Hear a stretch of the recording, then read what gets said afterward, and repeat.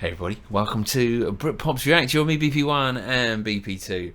And today, as you may have guessed, I'm in the hot seat. BRIT POPS do Mastermind. Okay, ladies and gentlemen. Yes.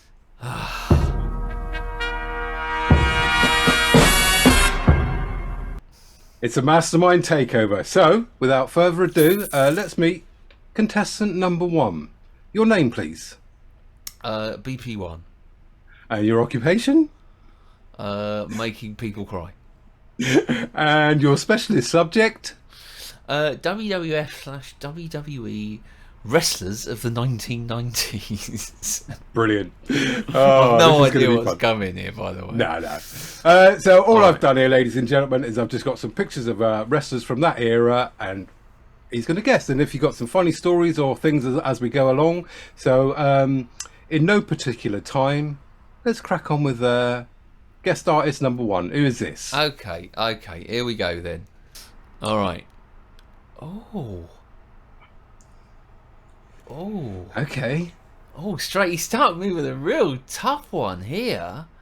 So, Attitude. Attitude, yes.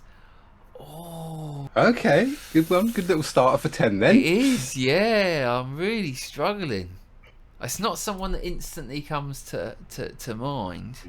I'm just going to guess with Mr. Perfect, but I don't think it is Mr. Perfect. I think it's...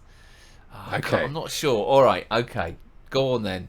So who is it? Billy Gunn?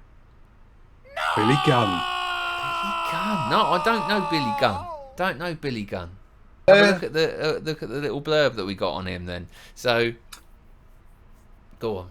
Yeah, so Billy Gunn debuted in WWE. He was in a tag team to start with his brother Bart, known as the Smoking Guns. Oh, Does that mean it? I mean, no. I have to be honest, I know nothing about WWE, so this is all new to me. I probably know a couple of them in there, but okay, no problem. Little introduction. I fell on my attitude on the first question. Brilliant. But that was hard. Then. That was quite hard.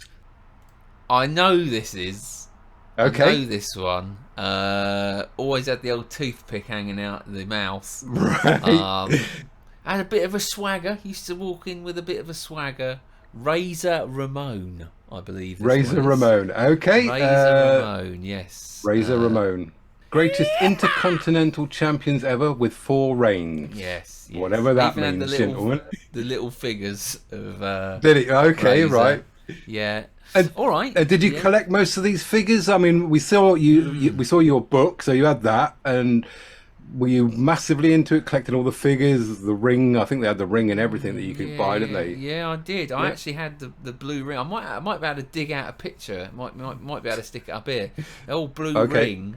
Okay. All right. So. Oh yeah. What was his name? Was it IRS man? Ooh, IRS man. All right. It would have been early 90s. I Final don't answer? know. Let's see. Final answer yet. Yes. There you go. 2 out of 3. IRS never actually reached main event status, but for 5 years he was an important draw in the mid-card division. So yeah, I think he was sort of, not quite at the top tier, but no, in he there was on the mid villain, stuff. wasn't he? He was one of the villains. Right. And, okay. On there. Oh, there's a picture for you. Who's that? Oh, got him thinking again. Okie dokie. Who is that? Have you got it out there? Are you shouting at the screen now? You're okay, shouting at the screen who it is. You gonna pass on that one? I'll have to. Yeah, I don't know who that is. Pass. Who is it? Let's see. Ken Shamrock. No, I don't know. It's again somebody that I'm not knowing. That's 97. Okay. 97. Would that have been? He introduced the ankle lock and mixed martial arts style to Fair WWE. enough. That's cool. All right. He knows this one. Yes, I think I know. I think I do because ever so close up. I think it's a guy called Kane. I think. Who was labelled as the Undertaker's brother, I think, from another mother, I think. Yes, it is Kane. 97. Okay. Yeah. He made in 1997. Kane made one of the most shocking debuts in pro wrestling history during the first match ever in Hell in a Cell match. Oh, interesting. Okay. Okay, all right. So far, so good. Oh, I think that is a wrestler called Diesel. Diesel. All right. I think it's Diesel. Yeah, Diesel. Famous for all black leather pants. Was big chap, really tall. Okay. Like, you know. All right. 6'5", 6'6", and yeah. yeah. Did you see who it was in the top right hand corner? Nothing to do with WWE, by the way, I don't think. No. It was Chuck Norris. In 1994, there was no wrestler as dominant as Diesel. In less than 8 months, he won the 3 different titles available, becoming the 3rd Triple Crown champion. Yeah, he was pretty. Yeah. Yeah, like I say, he could pick people up for fun. That man. Just chuck them around like rag dolls. Okay. All right, mate. Doing so far. Okay. Now then. This is the one that I got that I thought it was. Yeah, earlier. Earlier. Yes, this is British Bulldog. But you can see the face. Imagine if you chopped all the hair off, you could see where I got the similarities from. Yeah, that's Davey Boy Smith. So it says here, British Bulldog initially made his mark in the tag team division in the 80s with a role and was on a roll until he screwed himself. Got banned, didn't he, for I think growth hormones or something. Stuff. Yeah, which was a shame. Yeah. But. I believe he passed away now, hasn't he? I think he did pass away. Yeah. Oh, he's a bit of a legend. I think this is my brother, isn't it? This my is brother, your brother. Yeah, you think you've dressed like it. That is Ric Flair. Ric Flair. That is okay, definitely Ric Flair, because he's a legend, and he is a legend for going, whoo! Okay. Yeah. You might be able to find a special move. Ric Flair going, woo! Okay, it says he was the real champion when he was a real champion. Doing... I mean, why have you put this one in there? I mean, this is the Undertaker. This is the legend of all. This is the legend of all, is it? From the I mean, he looks a scary dude anyway, doesn't he? I mean, that is a scary looking person. Well, yeah, he did have some great traits as a wrestler. Not only, you know, looks, but, you know, physique and the whole, just an absolute, you know, top sportsman. Right. So it says here, if The Undertaker was not always the centre of attention, he was without doubt the glue that kept WWE together for the whole of the 90s. Yeah. Okay, this young gentleman, big boy as well, isn't he? Yeah, again, I think he's part of a tag team, but I can't think of his name. Oh, no. He's one of those blokes where I've seen him, but I can't put a name to his face. I tell you what, he's got some neck muscles, that guy. He has indeed, hasn't he? Look at that. He has. I'm going to have to pass on him. Sid. Oh, okay. Sid, yeah. Again, so 1997, left the company a few months after his loss against The Undertaker at WrestleMania 13. 2 passes so far. Okay. Yes, tragic circumstances with this guy. Right. This is Owen Hart. Owen Hart, yeah. He's one of he's Bret Hart's brother. Good knowledge there, good knowledge. Yes, yeah, and Jimmy Hart was their dad. He used to come out with a megaphone. Right, okay. And they all used to have heart suits, and I think Jimmy Hart had a white suit with all red hearts on it. And they tag team, but yeah, I believe Owen actually fell from rigging. And actually died. Yeah, he actually died. Really? Doing it. Yeah, it was sad. King of the Ring, Owen Hart, remembered as Bret Hart's younger brother by many. Bret Hart. Yes. And they were a tag team duo, were they? Well, not really. They never really got on. They were very much like Owen Hart was like the baddie, and Bret Hart was like the goodie, if you know what I mean. Okay. All right. I'm learning new stuff. I'm learning new stuff as well here. King of the Ring. Well, this guy. I mean, this is the Ultimate Warrior, I believe. Ultimate Warrior, okay. I think so. Yeah, sounds familiar. Turned up at many kids' parties with that. Yeah. April 1990, WrestleMania 6, Hulk Hogan passed the torch on to the Ultimate Warrior, who became the WWF champion for his first and only time. Speak of the devil, Speak of the devil, yeah, There I he thought is. I'd put that in. I think Simple one, just in case you were struggling at this stage, I think. Just I mean, in look case. at him there. How ripped he is there, mate.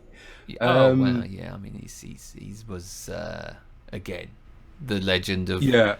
of probably the biggest legend maybe of wrestling maybe.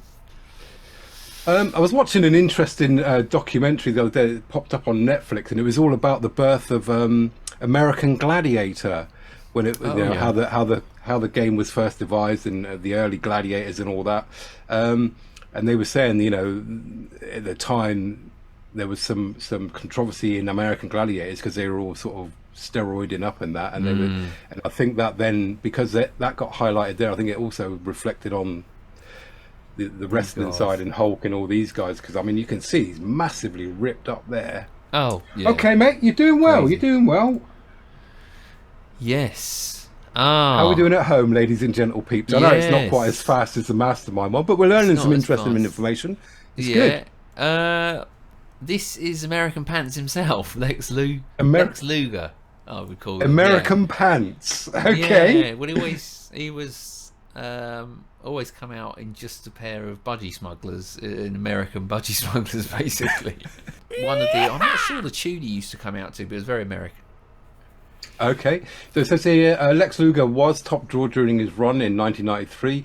The WWE needed a new star after Hulk Hogan left, and on the 4th of July, he became the new great American hero. Doing well. Yeah. I had. That is a great picture, and I did have this character as a toy. Okay. So Yokozuna, this is. Yokozuna, yeah, and he used to have a little manager with him. I can't remember his name, but he used to do all the old, salt throwing and all the full-on sumo stuff. Yeah, give it the old sumo, and he's famous for when he had, in fact, it was very dangerous. He had quite one of the most dangerous finishing moves because they're all renowned for their finishing moves. Yep. And he used to sort of, once a person's laid out on the canvas, his finishing move was to hover over them and sit down on their chest. And you can imagine how big he is. He's a big old boy, isn't he? Whoever was playing him probably thought, I don't really want that at the end. But yes, Yokozuna. Okay, mate. Yokozuna, yeah. Top villain in the 90s, and he generated heat like only few others with a sumo anti-American gimmick. Okay, you called that one very well, mate. Nicely done. Yes. Now, this is the one that I called out on the very first one because I thought he could have looked like that with his hair slicked back. This is Mr. Perfect. Either used to wear a blue spandex or an orange one. That was his costume change, was it? Blue or orange spandex? Mr. Perfect. Blue. He was a funny character. He used to think he was perfect. He used to come out and gave all the spiel. Okay. So Mr. Perfect was one of the wrestlers who deserved way more from WWF than he got. After a back injury, he retired as a wrestler in 1993. So quite early in the 90s then for him to disappear. Yeah, it was. Yeah. I must admit, I wouldn't have known back then as a kid if he's got a back injury. You don't really. He just disappears, doesn't he? Yeah. So. Now then, I'm not sure. Is it your mother? I mean, looking at your hair. Well, we do have similar traits. But we'll go Gold Dust. Okay, mate. Oh no! The bizarre one roamed in the WWE rings. The bizarre one. The bizarre one. Oh no! I mean, that's the hair. Like I say, there was a Gold Dust one, but I'm pretty sure he was bald and was gold all over. The Macho Man himself, Macho Man Randy Savage. Is it Randy Savage? Yeah. Hey, all this knowledge you've got up there, mate. If That's only we all could up put it there. to good use. There we go. Randy Savage. Best days behind him, Yes. but he still had a gas in the tank. In 1992, he won the WWF Championship. Okay. So by 1992, he was already getting on a bit, was he? I guess, by the sound of this. He was. He'd already probably top of his game when I started to get into it. You know, he was one of those ones. Again, great character, super gravelly voice. Randy Savage used to talk like that. Right, yeah. Really, really deep. Ooh. Ooh. Oh. Looks like Dan Vast, the guy that we recently did. Yeah. Yeah. Well, you got a good picture of him there, because for a moment I thought, I wasn't sure, but I'm pretty sure now it's Shawn Michaels. Shawn Michaels. Shawn Michaels, yeah. Well done. That was Shawn Michaels. Next so one, you were ready just to go saying, on? well, I think we it all went as you were saying, the main event. Yes. So the Showstopper and Mr. WrestleMania, all those nicknames come from the 90s, early. After nearly 10 years, yes, he was there a long time, wasn't he? Long time, yeah, long time to be in Michaels. WWE. With, I guess, you know, he must have avoided major injuries. Yeah, okay. It's hard to do. Oh. Okay. This is I think it's who we did on the channel, but with a different faceplate. Is it Mankind? I think it's Mankind. But yeah, not familiar with the faceplate on that. Maybe it's slightly different. Yeah, I didn't watch too much of Mankind, but I knew he was part of the wrestling. You know, Mick Foley, King of Hardcore, debuted in 1996 as Mankind. Quickly became the Undertaker's first real nemesis, which we saw, didn't we? We did, yeah. We did a great reaction to that. If you haven't seen that one, go check out that reaction. We'll link it at the end of this video. But, yep. Yeah, crazy. Okay, mate. All right. Nicely done. Yep. Getting hot in that suit. A little trick one there. Okay, I am indeed. All right. Simple. Oh, he is Dwayne Johnson, The Rock. Yes. Indeed. Again, late 90s, so came in probably when I was no longer really, into it. I was starting to get out to it and discover.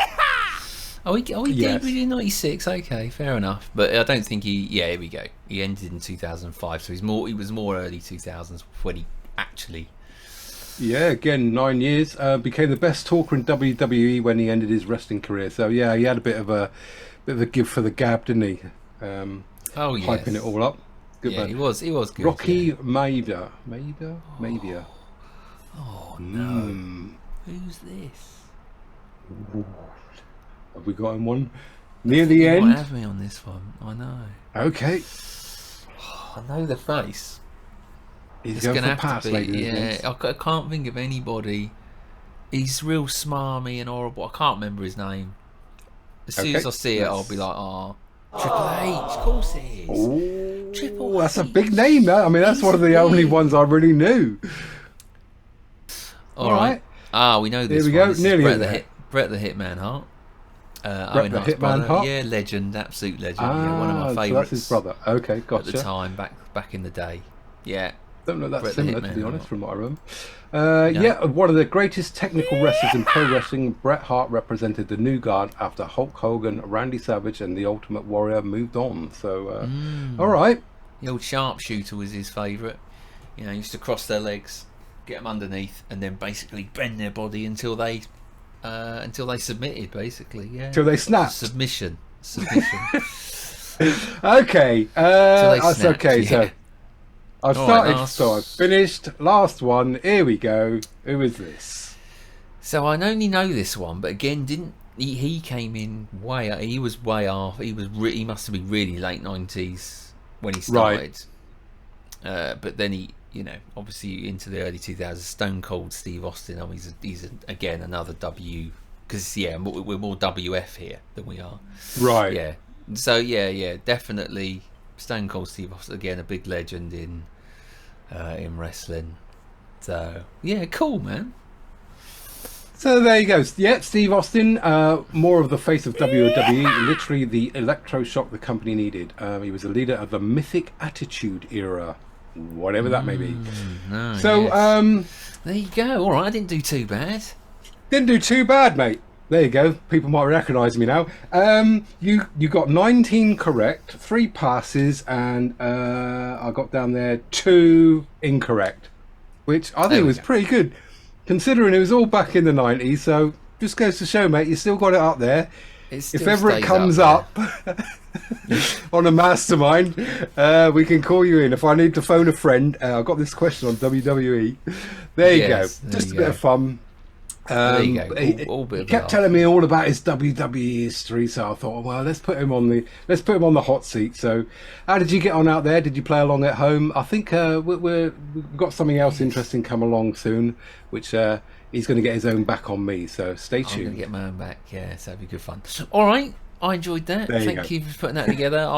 You know, it didn't do too bad. I was a bit worried. Yeah, I was impressed, mate. Yeah, not bad at all. All right, thanks for joining us today at BRIT POPS React. Let us know in the comments how many did you get if you played along. Yeah, always good to know. Until tomorrow. Who was your favourite? Who was your favourite and why? Yes. Yeah. Tell us all about it. That. Yeah. Till tomorrow. Goodbye from me. Goodbye from him. Nice one, mate. 19. Cheers. Subscribe. Up there.